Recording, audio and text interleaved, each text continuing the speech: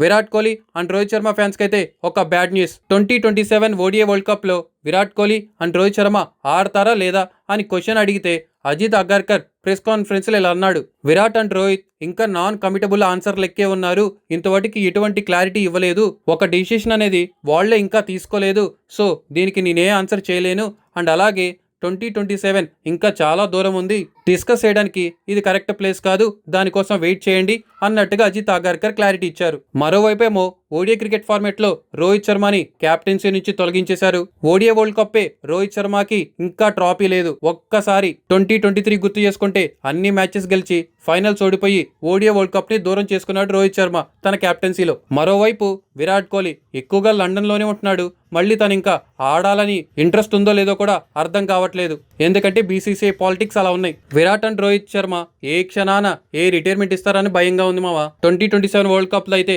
అస్సలు కన్ఫర్మేషన్ లేదు. దీనిపై మీ అభిప్రాయం ఏంటో కామెంట్ చేయండి.